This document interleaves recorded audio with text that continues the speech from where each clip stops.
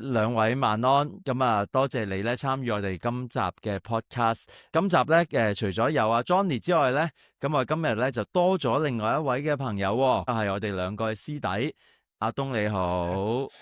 Hello，兩位師兄，Hello，上次有冇聽我哋嗰集 podcast 啊？有啊，有聽嘅，有。啊，好啊，好啊，好啊。嗱，事實上咧，上次咧嗰集嘅 podcast 咧都幾好喎，有唔少嘅朋友咧，有啲冇咁熟嘅朋友咧都有聽過。咁然之後咧，線上線下咧都有一啲嘅 feedback 噶。咁我哋想我哋咧再即係再分享多啲啦，咁樣。咁所以咧好難得咁啊，今次除咗 Johnny 之外咧，咁啊今次揾埋阿東啦，因為阿東咧。據我所知咧，你都係好中意呢一套嘅動漫喎。你係睇漫畫定係睇動漫咧？我睇漫畫先嘅，我自己係，跟住終於等到佢出動畫，所以咧我就動畫都睇埋嘅咁樣。所以我睇咗，我睇咗一段時間噶啦，已經。所以咧，我為咗今次呢個 podcast，我再溫下書咁。你同 Johnny 完全一樣啊，係一啲咧好認真嘅狀況。今晚咧，不如主要聽下你哋兩個講啦。我淨係想開一個題目啫，不如咧我哋去分享下咧呢一套芙莉蓮咧，其實有好多金句嘅。不如我哋從一啲即係印象深刻嘅金句咧，就作為一個切入點。咁啊，分享下嗰句金句係啲乜嘢啦，跟住然之後咧你深刻嘅地方係啲咩？跟住然之後我哋大家可能都好有共鳴嘅，咁然之後又可以傾下咯。好啊。咁啊，我講先啦，拋磚引玉啦，係嘛？咁我記得即係首先我想講啦，其實我都唔係真係好記得嗰啲金句嘅，都係需要即係溫下書嘅。咁但係即係當睇翻呢啲所謂嘅金句嘅時候咧，就會有翻啲畫面啦，都會諗起即係睇呢個動漫嘅時候嘅即係一啲感動啦。咁我覺得動漫嘅其中一個好處咧，就係啲金句真係。佢個分鏡同漫畫就唔同啦，咁分鏡可能就係即係漫畫可能就係一格裏面就已經出晒噶啦，咁但係動漫就會佢有翻個電影感，即係襯托翻，令到嗰啲所謂嘅金句即係更顯得更金啦咁樣。咁我覺得呢個都係即係動畫嘅嗰個即係好處嚟嘅。咁我其中一個比較深刻嘅金句咧，因為佢好似我本身做人嘅其中一個即係信念，即係就係累積翻嚟嘅嘢咧，係即係唔會背叛你嘅。你需要嘅嘢咧係即係一個決心咁樣啦。咁就係諗翻起即係Stark 啦，咁佢去保護嗰個村莊嘅時候，咁佢要去努力去修煉，去打嗰條龍啦，為咗就又要拖延時間，等即係芙莉蓮去即係 KO 嗰條龍咁樣。咁最尾佢好驚啦，咁然後費倫就喺夜晚嘅時候就去安慰佢，就講咗呢句說話啦。即係亦都話俾佢聽，即係其實佢自己啊，其實佢想講就係其實佢自己都曾經試過好驚。都試過因為一啲即係要退魔嘅時候，佢就想着草走佬咁樣。咁但係啊，往往都係冇人幫助嘅時候咧，當你有個決心嘅時候，個身體就自然喐起上嚟，就將你平時訓練累積嘅嘢咧，就做咗出嚟啊！最尾 Stark 都成功屠龍啦。對我嚟講，即係呢句所謂嘅金句就都幾 echo 我平時做人嘅其中一個原則嘅，或者我好中意同自己講就係，即係唔好怕。即係其實冇乜嘢係嘥嘅，即係好多人都好怕行冤枉路嘅。而做咗啲嘢，你就要計算好多嘢啊，係咪真係最有利益啊、最有用先去做啊咁樣。咁我自己就覺得其實冇乜嘢係嘥嘅，反而係即係當你啲嘢累積埋一齊嘅時候咧，就即係形成咗原本嗰個你咯。其實你需要嘅就係你去做某一個決定或者去做某一件事嘅時候，你。你唔係去諗點樣去用翻嗰樣嘢咯，而係你係要去有一種即係所謂嘅一種定見，你係有帶住一個你自己本來嘅目的，係去成全成就嗰件事，咁然後其他你所有累積翻嚟嘅嘢就會去幫你去成就嗰件事。咁我就覺得個價值就唔係你學咗啲乜，或者你衡量過之後你先至去學某啲嘢，或者去得到某啲技能包。而係你其實係要培養你自己嗰種決心咯。咁我自己覺得 Stark 係嗰段或者費倫講呢句說話嘅時候，我自己都覺得係即係幾感動咁樣。唔知你哋有咩睇法？就真係講真，我睇嘅時候咧都係好深刻嘅咁樣。咁不過咧同你有啲唔同喎，因為咧你頭先如果你冇連隨咁樣講咧，我都想追問嘅，就係因為你話呢一句嘢就同你嘅人生觀啊，或者你不嬲嘅一種處事為人嘅方法咧，都幾和應啊咁樣。咁我就即係都想你再 elaborate 咁啊，你自己講咗啦咁樣。咁我自己深刻呢一句嘢同我就冇你咁夾嘅，即係冇好似你頭先講到咁夾嘅。所以我自己聽落嚟嘅時候咧，好想我自己反而係好想呢一句嘢都可以成就喺自己身上邊咁樣。咁可能我自己唔知點解，即係可能我自己嘅主觀嘅感受咧，成日都覺得嗰啲拼命累積翻嚟嘅嘢咧，可能都會背叛我啊咁樣咁啊。即係我都我呢樣嘢都未必係，即係我未必係真實嘅，可能係我主觀地嘅一個感受嚟嘅啫。即係我成日都有一個感受咧，就係有時好努力去做咗啲嘅準備咧，但係臨場嘅時候咧就都係事與願違啊咁樣。咁跟住然之後咧，就有時就覺得即係好低落嘅咁樣。就好似即係努力係啦，付出咗嘅嘢嘅時候咧，就好似付諸流水咁樣。所以我聽到呢一句嘢嘅時候，我就覺得，唉，係又好啦咁樣，即係我都好想，好想好似 Stark 喺佢好危急嘅時候咧，跟身體咧就已經和應咗出嚟咁樣，咁咯。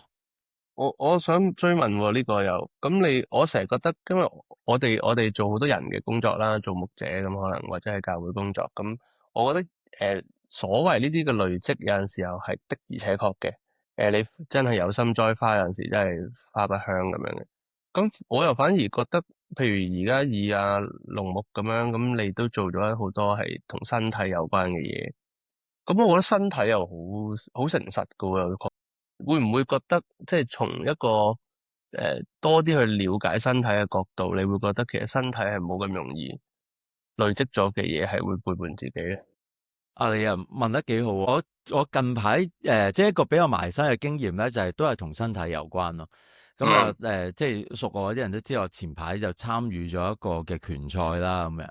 咁我之前為嗰個拳賽咧，都未必可以叫做拼命累積起嚟咁樣。咁但係都算即係盡咗我可以盡嘅努力啊咁樣咯。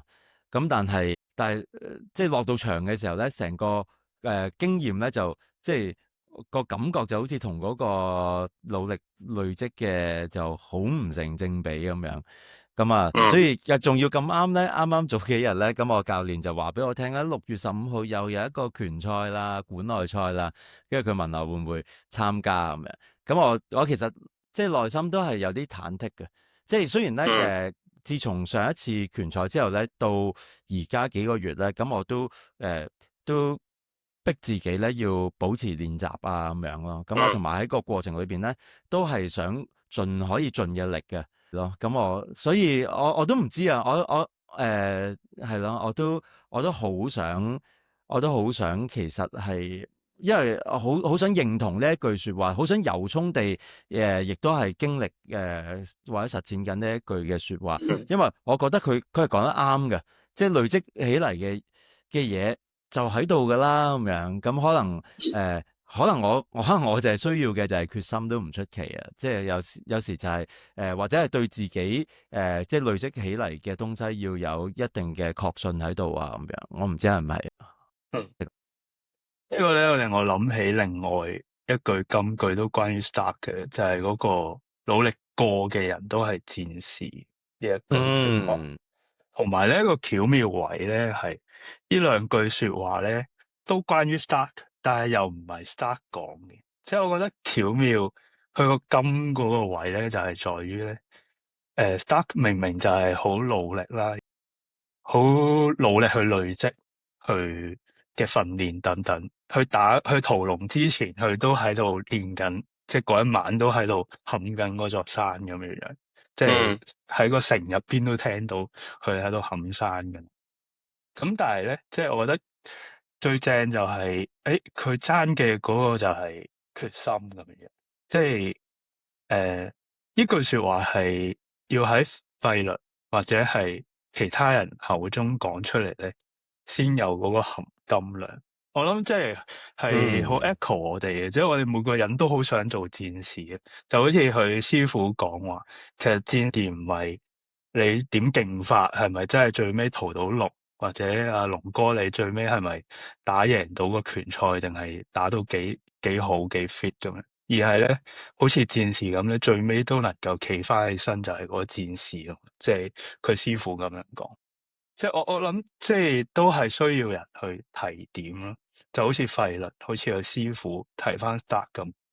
其實你需要嘅係嗰個決心。令我諗起咧，就好似係一種眼光啊！即係有時咧，不論牧者又好，或者即係我對啲年青人都係，即係我覺得係反而係我哋點樣睇自己個眼光咧，有時會自視過低啦。即係除咗有自視過高嘅情況，都會有一啲即係啦，即係明明其實自己已經有努力過嘅咁樣，但係咧就硬係就冇嗰種決心好好發揮。咁有時我哋可以嘅，咁咪做下費倫嗰個角色去睇下大家咯，即係你其實係爭嗰份決心嘅啫。即係我覺得睇芙莉蓮其中一個，我覺得最治癒嗰個位咧，即係往往就係好似即係有一種對話嘅能力啊！即係佢確實係同緊我哋一個現實可能捱打嘅狀態係有一種即係對話嘅能力。咁即係我諗越係經歷喺生活裏面挫敗，因為我諗每個人喺實際上面都唔會話累積嘅嘢一定會成功啦。反而我諗我哋嘅經歷係好多時都累積嘅嘢都未必成功。就算我頭先講話，同我嘅人生寫照或者我人生嘅信念係好似都好，又唔代表我累積嘅嘢都會成功。但係我想講嘅唔背叛我，係我確信喺我嘅人生所累積嘅嘢，係唔知喺邊一個位裏面佢會發揮作用。雖然我有陣時候都未知佢喺邊度發生作用，即係其實講真，我用翻阿龍頭先講嗰個，你打拳賽，你操練身體嗰個歷練，其實佢喺個拳賽上邊，佢好似冇相應嘅效果咁樣，但係佢會喺人生嘅某一個部分裏面發揮咗一個你意想唔到嘅效果，而最尾你會發現，其實呢樣嘢都係冇背叛你嘅。即係點解佢會講出話佢係唔會背叛你咧？點解要講呢句說話咧？係因為我哋大部分時候都覺得我哋累積嘅嘢係會背叛我哋啊嘛。即係而芙莉蓮嘅大部分嘅金句都係想話翻俾我哋聽，我哋係用一個相反嘅角度去諗呢一樣嘢，而係我哋最尾都發現佢係冇背叛我哋，而嗰個可貴之處，我覺得係喺嗰度。非常有意思喎，多謝兩位兄弟咧喺度網絡地喺度開解下小弟啊。咁啊，同埋我都好認同啊，即係無論係話即係自視過低啊嘅狀況，同埋就確實就係佢之所以深刻，應該就係我哋大部分都唔係太直觀會咁樣諗咯。因為如果係嘅話，冇錯根本就唔深刻啦。講緊啲即係人都係咁諗嘅媽都係嘢女人，咁樣。係冇錯冇錯，佢應該就係我哋深刻嘅地方就係在於我哋經常有一種咁嘅懷疑，但係亦都有咁樣 counter 嘅經驗。咁啊，不如既然係咁，我又分享一句，就係只要做咗勇者才能辦到嘅事啊，就算是冒牌貨又如何咧？咁樣呢一句嘢咧，我記得即係我因為我冇溫書啊，所以我唔係好肯定。但係我記得咧，就好似有一幕咧，就係講緊有一個位要拔勇者之劍啊，係咪大概喺呢個位嗰度做噶嘛？又係回顧嘅時候咧，跟住係去翻嗰個位，就話嗰個位咧有把勇者之劍咁樣，跟住最尾入到去就發覺嗰把勇者之劍仲喺度咁樣，因為咧就係阿甄梅爾咧原來係冇掹唔到嗰把勇者之劍出嚟嘅咁樣，咁即係我覺得呢一幕真係好有趣，好有趣，即係因為我哋上一集都有講啦，呢一套嘢咧佢好似想。即係顛覆緊我哋對於不嬲呢個勇者故事嘅直觀諗法啦嘛。勇者就梗係一個天選之人，跟住然之後咧而呢個天選之人咧係有一個鑑定嘅，而其中一種鑑定方式咧就係有把勇者之劍咧係人都掹唔到，跟住咧就係呢個真正嘅勇者就掹咗出嚟，跟住然之後咧就攞咗呢一把劍咧就去殺敗大魔王。但因梅爾喺呢一個故事假設佢掹唔到嘅，掹唔到呢個勇者之劍，但係咧哇佢嗰個心胸咧係令我非常之即係感動啊！就係我掹唔到咁又點啫？咁如果我最尾打敗到大魔王嘅話，咁我咪係勇者咯咁樣。有時咧，我哋好想係有一種天選之人嘅感覺咧，然之後先去做即係某一啲嘢咁樣，即係要確認咗啦。誒，你係好獨特，好適合呢個崗位啊，咁所以你就去啦，你係上馬啦，你係做啦咁樣。咁但係因梅爾佢就調翻轉，佢係一個即係一個 underdog 嘅狀況嚟嘅，即係佢係冇被認可成為咗一個所謂quote and quote 真正嘅勇者咁樣。但係呢一個咁樣嘅判定咧，對於佢嚟講咧，唔係好緊要咯。咁佢相信自己係勇者，或者佢致力要成為一個勇者，或者佢致力要打敗呢個大魔王，然之後佢就話：我即使唔係個天選之人嘅話，但係如果有一日我打敗到大魔王嘅話咧，我咪勇者咯。咁咯，咁我覺得係好正呢句。呢個故事咧係有後續嘅，即係動畫應該係未出嘅。即係後來咧因梅爾咧後來咧去到有個村莊啦，總之即係遇見咗咧佢把假嘢嘅鑄劍師咁樣，跟住咧個假嘢個鑄劍師咧係諗住就換把靚啲嘅俾佢啦，跟住阿因梅爾就話但係呢把假嘢其實已經陪伴咗我，就好似真正嘅勇者之劍陪伴勇者並肩作戰咁樣。咁就叫個鑄劍，即係個鑄劍師就幫佢再磨靚翻嗰把假嘢。咁我覺得係即係件事，即係咁樣連埋一齊就即係好似就係帶出一個問題，就係究竟係我哋得着某一啲嘅身份，咁所以可以做嗰啲事，抑或係其實調翻轉咧，係我哋做咗嗰啲事，然之後就有個身份，即係好似因梅爾咁，佢真係即係去實踐去做咗勇者，表現咗勇者會做嘅嘢，所以佢就成為勇者咧咁樣。我覺得呢一點都幾值得我哋去，特別係信徒去思考嘅。即係有兩個角度啦。我覺得第一個就係我哋成日都話我哋要即係明白神嘅心意咁樣。即係如果神冇同我講咧，我唔做啦，係嘛？即係我基本上係要靠外部嚟到去確定我呼召嘅，所謂叫印證啦，如果好聽啲。係咪？但係如果要用因梅爾嘅角度，就係其實佢係將佢嘅 passion，即係佢將佢裏面嗰一種嘅所謂叫做內在嘅照明，其實係去確認翻佢自己做嘅嗰一件事，其實佢係賦予嗰個全新嘅意義，而唔係下下都係要即係所謂要一啲外部嘅定義咯。咁即係第二個角度就係我有陣時覺得我哋係好重視，即係我哋口裏面講我哋好重視，即係所謂呼召咁樣。但係其實我哋喺我哋嘅侍奉又好，我哋牧職生涯旅程又好，我哋其實係更加重視嘅係人點睇我哋啊。即係好似其他人就係嗰個勇者之劍，係嘛？佢話我哋得，我哋咪得咯。如果佢哋話我哋唔得，我哋覺得我哋唔得噶。都呢一下係又係翻返去嗰個位咯，即係芙莉蓮嗰啲嘢就係成日都係想話俾你聽，就係佢用一個好婉轉但係又好有效嘅方法話俾你聽，其實嗰啲嘢係可能係廢嘅喎，係咪？即係你睇下可以唔係咁諗嘅喎，咁的而且確係好發好震撼嘅，真係。係啊，嗱，你諗起嗰啲即係信徒角度啊，咁我就覺得咧，如果喺個教會嘅角度咧，都好值得諗嘅。即係好多時候咧，教會群體咧，好想係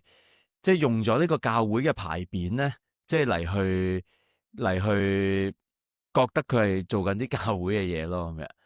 即係如果呢句嘢係有一啲嘅即係 inspiration 嘅話咧，佢就 inspire 緊我哋啊，會唔會真係調翻轉諗咧？即係當你喺度實踐緊一啲，即係無論係俾咩小子一杯涼水啊，你成為咗別人嘅鄰舍啊咁樣，即係咁你咪就係作為咗人哋嘅鄰舍咯。你唔係要專登要搞啲 programs 啊，特登又唔知又開個會啊，諸如此類啊，又要搞一大紮組織啊咁樣出嚟。正。阿東咧，你有冇你嘅金句仲可以分享下？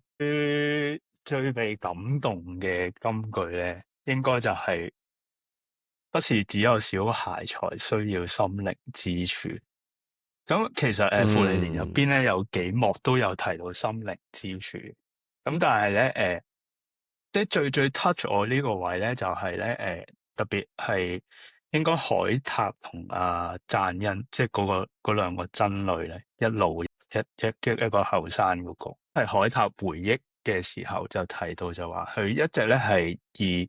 佢理想中嘅大人為目標，去扮呢個大人嘅樣子，不斷咁累積，直到現在咁樣樣。咁為嘅咧就係為咗身邊如果有孩子咧，佢可以充當呢個心靈嘅支柱，去支持嗰啲孩子，去對嗰啲好努力嘅孩子有一啲嘅讚許獎勵咁。咁啊，傅利蓮就即係同佢有啲對話啦咁樣，跟住就講話啊咁海塔你咧咁樣，咁最後佢就話啊咁女神啦，即係入邊個角色。佢就話女神就係為咗我哋呢啲需要被讚許嘅大人所存在咯。咁所以咧，成個即係呢個心靈支柱呢個 theme 咧，呢個 theme 咧喺傅利蓮入邊咧，我覺得好正啊，好窩心啊，我覺得一嚟即係就咁聽，其實已經好 touch 啦，即係特別已經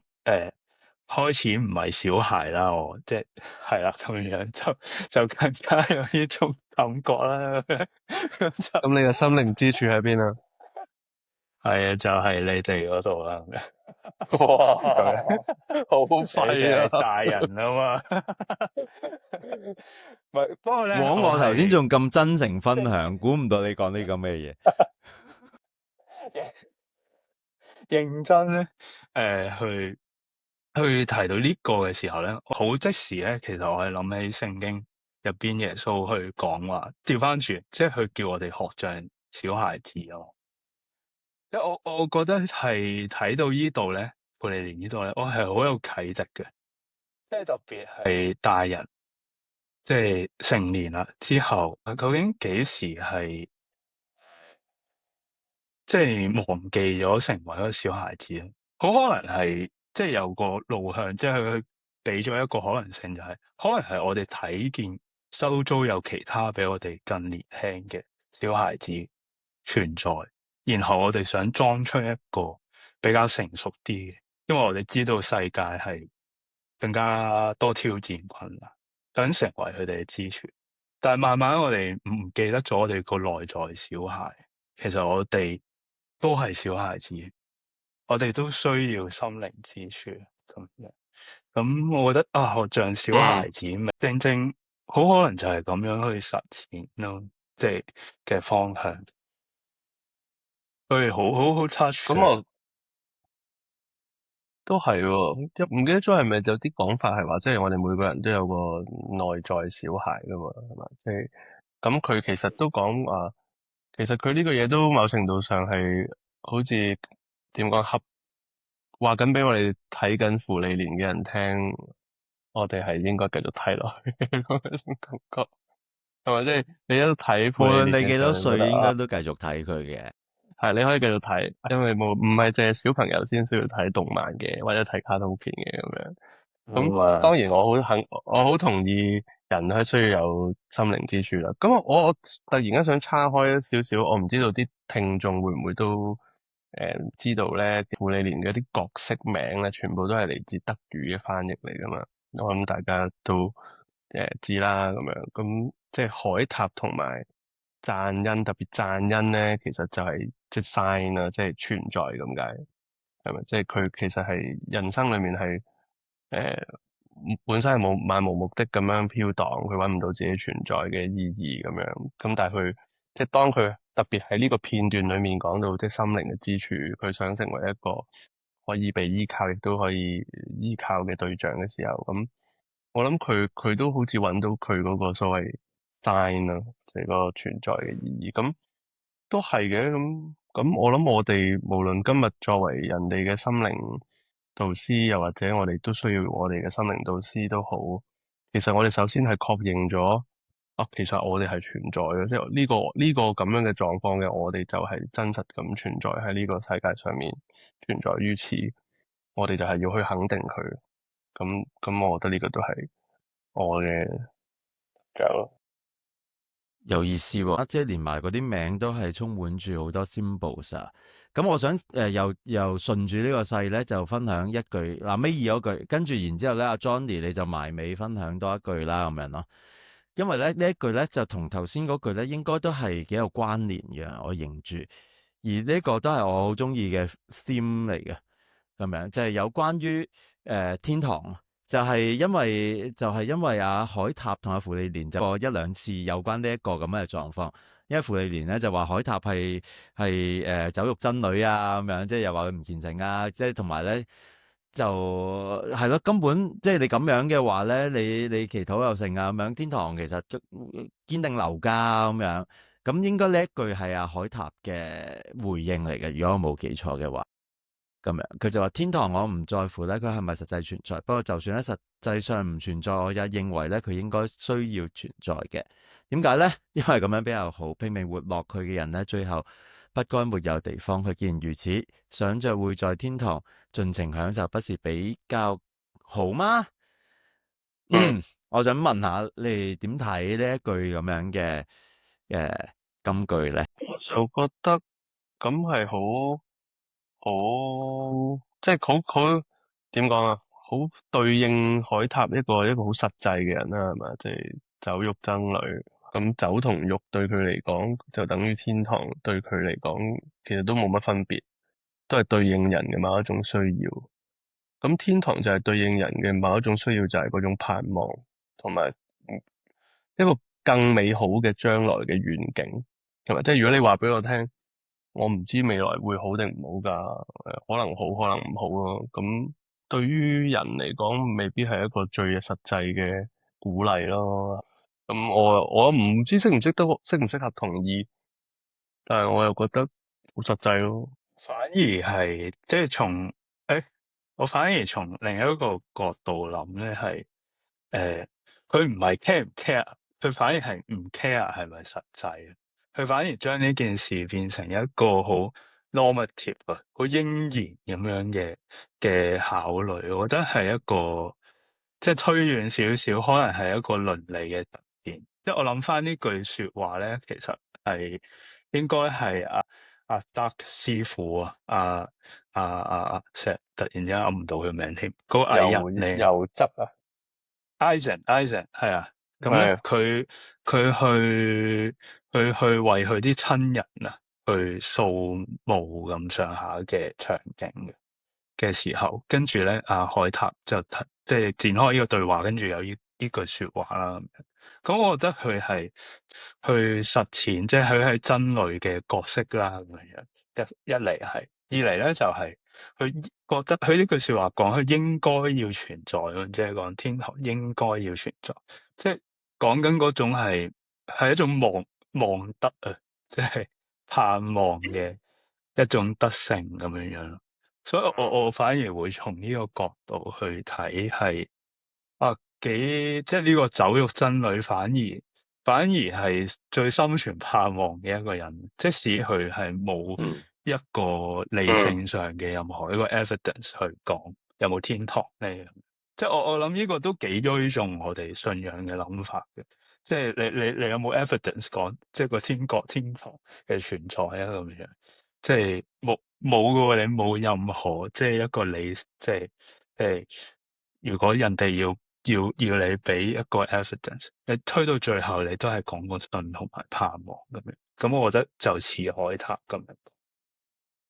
我相當認同，係相當認同。即係尤其我認同你話海塔咧，佢雖然作為一個酒肉僧侶，但係其實佢係非常之即係 religious 嘅，即係佢只不過唔係一般我哋去理解一個僧侶啊或者神職人員啊咁嗰種，即係展現緊嗰種即係文縐縐啊嗰種嘅狀況。佢係我亦都認同阿 Johnny 所講，即係佢係一個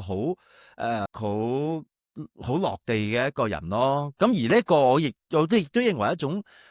即係一個信仰人嘅應該有嘅展現嚟喎。信仰人就唔應該咁虛偽喎，即係唔應該就要扮到係真係會係點。但係咧，佢確實係展現咗好多嘅善良出嚟。即係無論頭先阿東有講過，即係佢為咗咩下一代啊等等嘅時候咧，佢想下一代有啲生命支柱，佢好樂意地將自己成為咗下一代嘅生命支柱，呢種係一種善良嘅展現嚟。咁同埋佢去諗緊呢個天堂嘅存在與否嘅時候咧，佢亦都係即係出於一種好善良嘅諗法，就係咁多好努力活咗佢一生嘅人。咁如果最尾冇翻個女神嚟去摸下佢個頭讚下佢，咁咪好唔應該咯。咁所以好應該要有天堂啦咁樣。即係我自己即係理性，所以我認同阿東頭先所講，就係佢係表達咗一種超越理性嘅表達。因為我理性上咧，其實係對於呢種講法好有困難嘅。即係尤其近排我又同我教會弟兄姊妹就喺度睇緊呢一個嘅卡繆啊咁樣，即係卡繆嗰種勇毅咧，佢就係要我哋放低呢一種 metaphysical 嘅心靈支柱，就係你必須接受，其實我哋面對緊嘅呢一個 absurdity 咧，就係真實嘅全部。所以佢嗰句說話嘛，你要想象呢一個薛西弗斯是快樂的噶嘛，即係喺度不斷搬緊嗰一個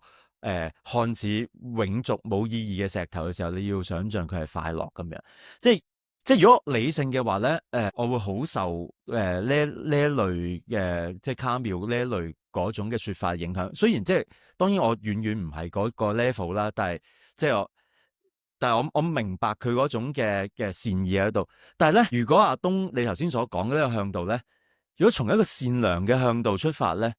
天堂應唔應該要有咧？女神應唔應該存在咧？當好多人好努力活過佢一生，然之後咧最尾即係未有一個好好嘅定案嘅時候，佢離開咗呢個世界。阿海塔就話天堂應該要有女神嚟摸下佢個頭。咁所以阿芙莉蓮茂唔知覆咗句嘢，就係話我又要摸下你個頭啊咁樣，即係等女神未到嘅唔喺度嘅時候，我就負責摸你個頭啊。咁之後佢就摸佢自己個徒弟個頭啊咁樣咧，即係我覺得好有意思，係超越咗一種乜嘢信仰先係啱啊等等嘅一種嘅討論，呢種係超信仰嘅討論，而佢對於生命嘅一種善意嘅肯定咯。即係唔好理話有冇一個上帝咩終極判準啦。總之好努力去行咗佢一生嘅人，佢應該要被肯定，就係諗法呢一份咁嘅善良咯。人文精神，即係暗暗地係想話緊俾，即係佢隱含住一種道德觀念嘅，其實係一種道德價值。即係勤奮努力嘅人，佢係應該得到人嘅肯定，即係哪怕嗰個肯定係即係任何形式喺邊度嚟咁樣，係任何形式，即係咁。當然唔同嘅哲學家或者神學家可以去咁。我自己都聽完大家嘅分享，我都覺得係即係果然係傾下係好開心啲嘅，係冇錯。係即係你其實講真，你無啦啦打開個動漫，點會諗咁多嘢啊？係嘛？你係同人講先會即係諗呢啲嘢嘅，所以我都好係啊，所以我都覺得你有陣時候即係讀者又係或者聽眾又係，你聽到咁，你都想一齊吹下水嘅話咧，你其實係最好，即係唔使你自己識啲乜嘅，就係用你自己經驗出發，已經係好有趣啦。咁啊，最尾一句啦，咁啊，阿龍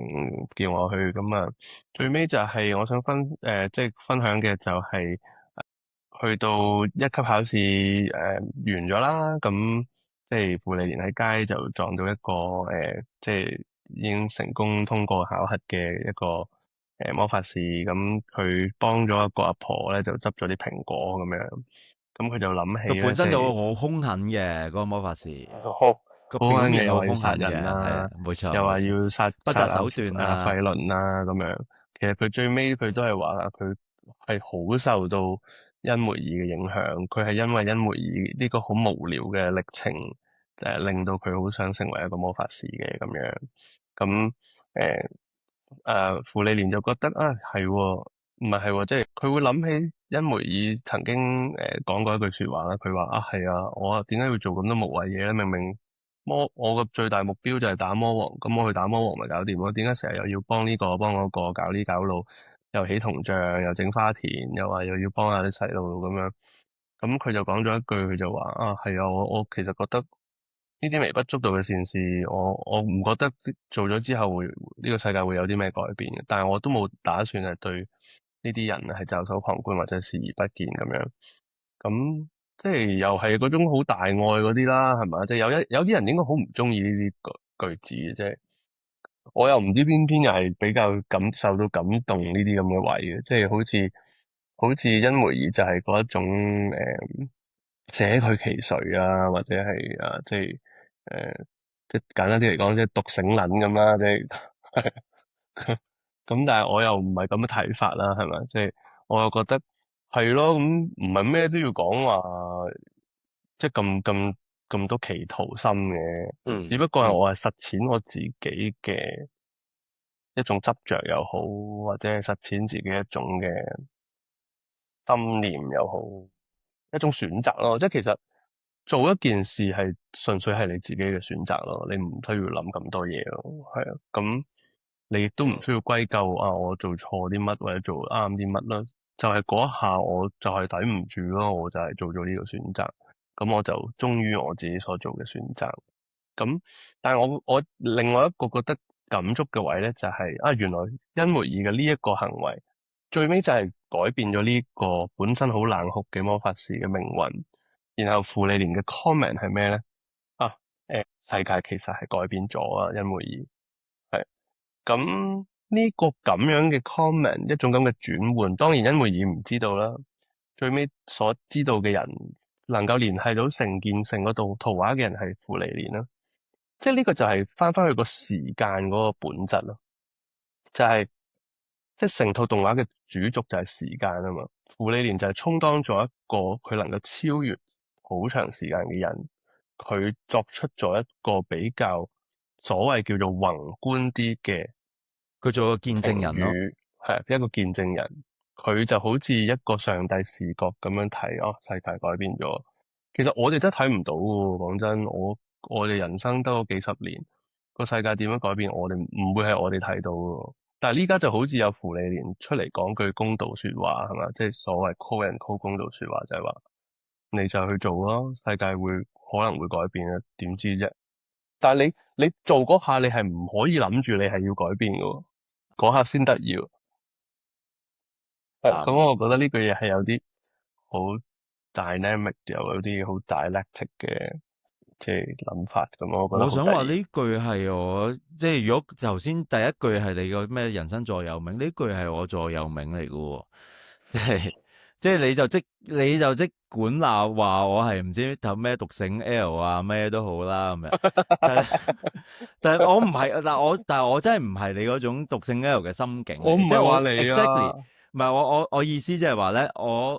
讀呢一句嘢，即係話我聽到佢講呢句嘢嘅時候咧，我就真係字面地去理解，我字面地去認同，同埋字面地想咁樣去實踐緊呢一句嘅說話。我估我其中我自己內心嘅諗法咧，就係我覺得自己嘅能力好有限咯，咁樣，即係我係唔覺得我係有能力會改變到啲乜嘢嘅。咁但係即便如此，即係我覺得我盡量做到一啲，即係我有時咁啱遇到埋嚟，